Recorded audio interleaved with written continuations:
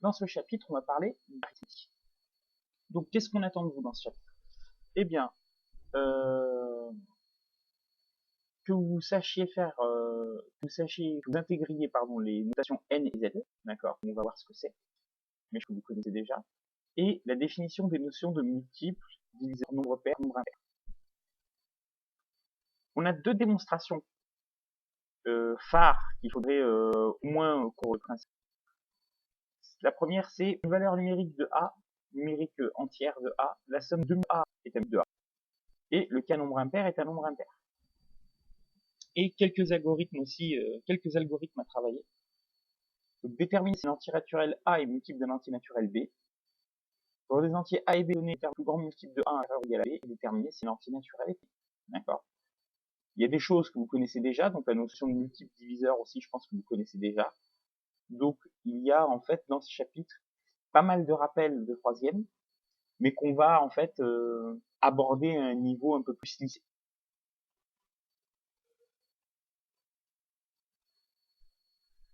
Alors, on va aborder l'ensemble des nombres entiers naturels. Donc n, c'est le premier c'est 0, puis ensuite c'est 4, 5, 6, etc. jusqu'à plus soif. On a z, l'ensemble des nombres entiers relatifs. Relatifs veut dire qu'ils ont un signe, d'accord? Les antinaturels relatifs positifs et les antirelatifs, ce sont les positifs qu'on connaît déjà, auxquels on adjoint les négatifs, donc moins 1, moins 2, etc., etc., etc. N et Z entiers. Donc dans ce chapitre, on va travailler uniquement avec des nombres entiers. D'accord? Petite remarque, comme on l'a dit, donc 0, 1, 2, etc., il est bien inclus dans Z, puisqu'un nombre entier positif, c'est un nombre entier relatif.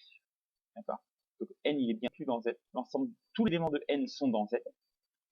Et de même, tout L, donc Z, il est inclus dans R. Ça marche?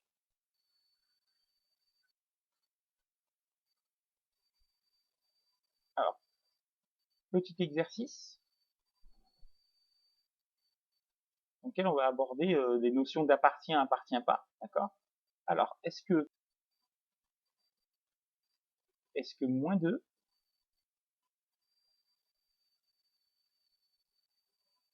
il appartient ou pas à Z? Il appartient à Z, ça va pour tout le monde puisque c'est un nombre entier relatif.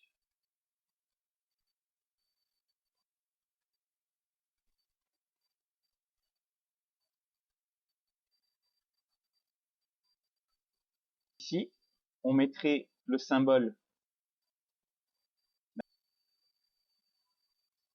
parce que moins 3 est un nombre négatif, alors que n contient des entiers. Ça va pour tout le monde?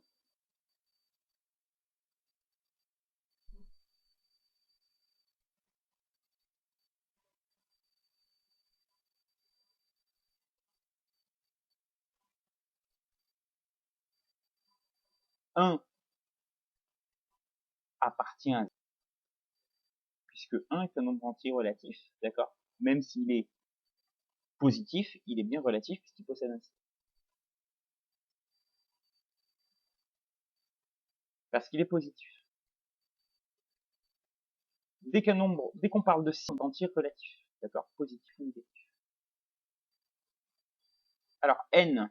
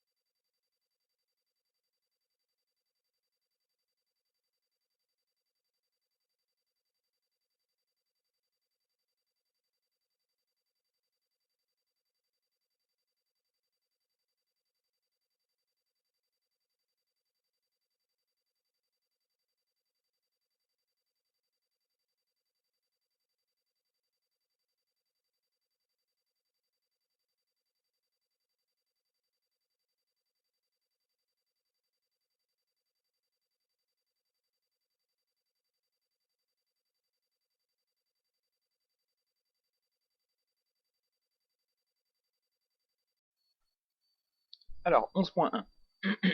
Dire pour chacun des nombres suivants s'il appartient ou non à n et ou à z en utilisant les notations appartient ou il n'appartient pas. Alors 5. Oui, donc il appartient à n, il appartient à z.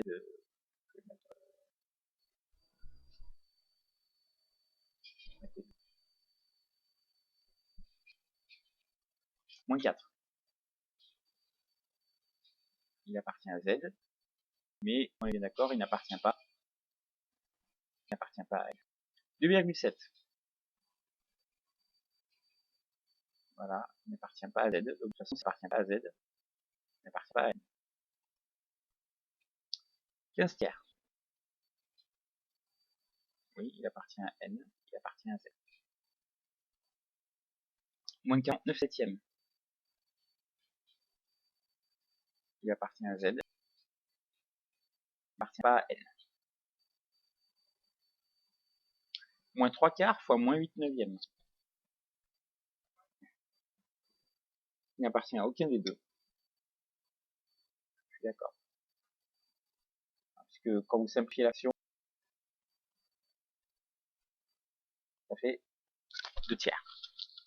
Moins 4 tiers plus 1 tiers. Alors il appartient à z, pas, parce que la somme des deux est moins 1. Moins 1 est un nombre entier relatif négatif, mais il appartient pas à... Non, on en était là. Racine de 100.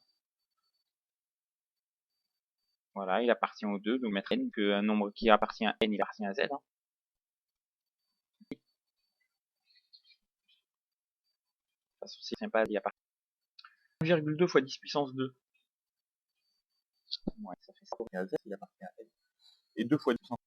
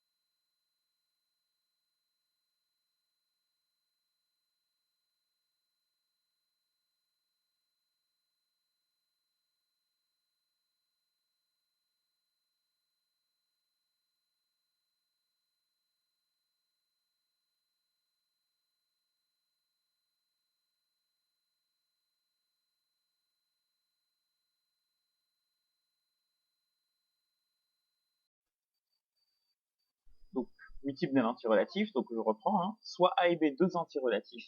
A est un multiple de B s'il existe un antirelatif K tel que A égale K fois B. Donc, quelques exemples. 12 est un multiple de 4. Parce que 12 s'écrit 3 fois 4. Et 3, il appartient à Z. D'accord? Là, ici, il est joué par 3. D'accord? On dit que 12 est un multiple de 4 parce que, 3 fois 4, ça fait 12. Okay. 7 n'est pas un multiple de 2. Parce que 7, c'est 3,5 fois 2. Et que 3,5, lui, n'est pas un antirelatif. Moins 15 est un multiple de 5. Parce que moins 15, c'est 5 fois moins 3. Avec moins 3 appartenant à Z.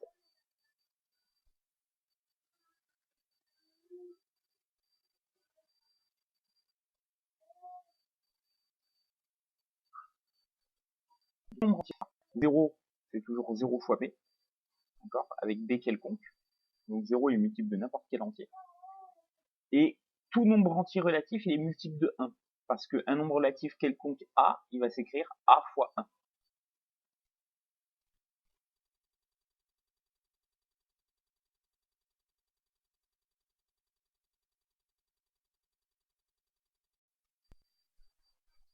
On vous dit, dans le 11.3, justifiez que les affirmations suivantes. 100 est un multiple de 5.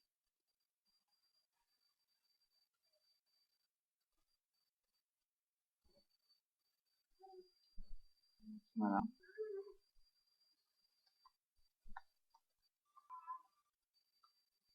C'est tout.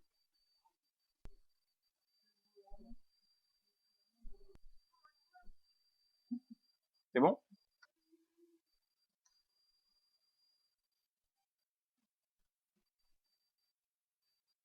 Pour le deuxième, on vous dit 15 est un multiple de 15. 15. Oui. Mais de toute façon, il faut les justifier, donc elles sont toutes justes. Voilà. Voilà. 15 est un multiple de 15 parce que 15 s'écrit 15 fois 1 et 1 il appartient à 7. 0 est un multiple de 7. Oui, parce que 0 c'est 0 fois 7. Et 0 appartient à 7.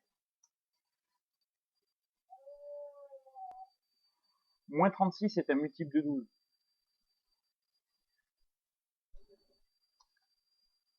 Voilà.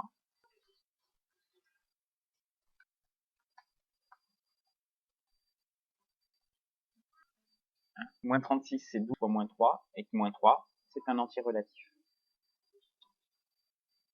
Et 10 n'est pas un multiple de 4.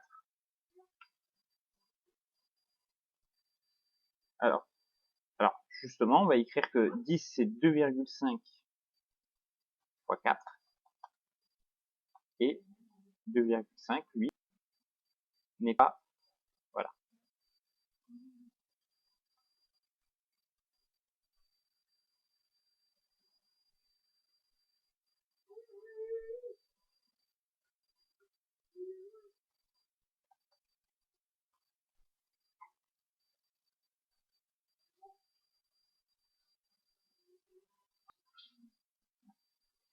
C'est bon?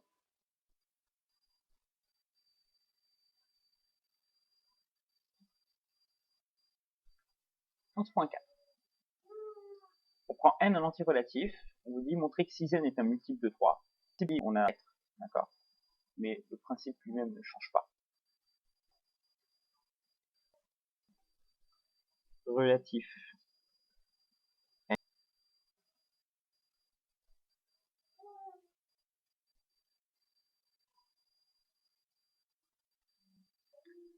6n, c'est égal à 2n fois 3, vous êtes d'accord?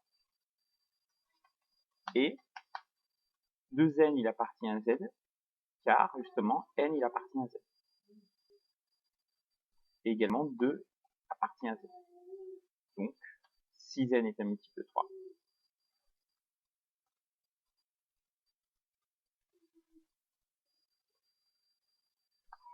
Pour tout entier relatif n, d'accord?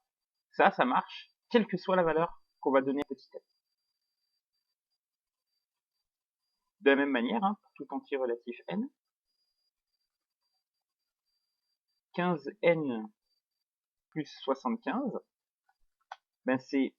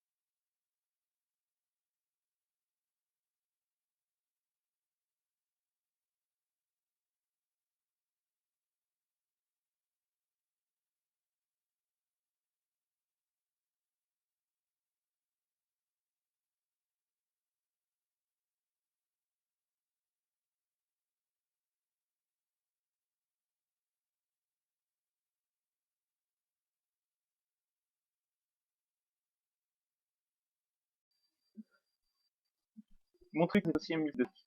Alors là, c'est la même chose, mais encore un tout petit peu différent. D'accord?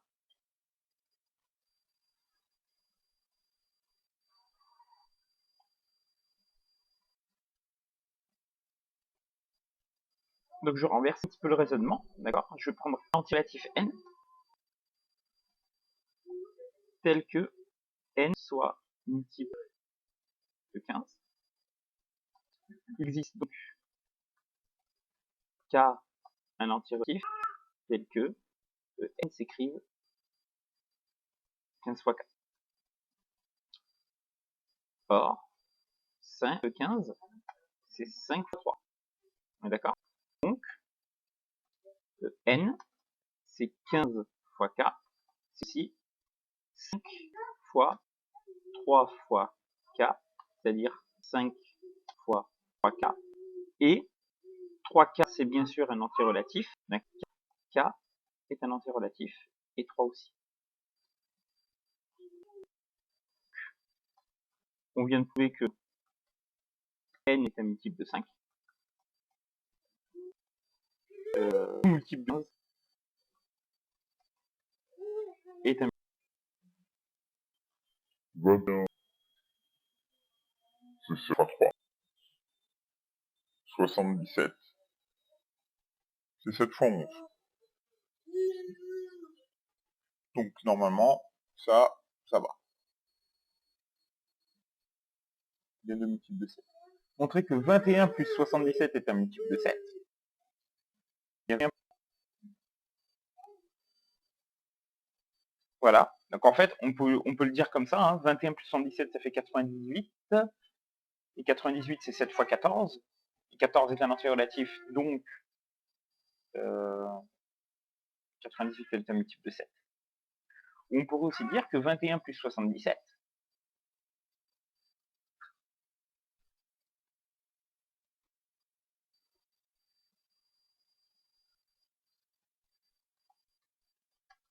c'est 7 fois 3 plus 7 fois 11.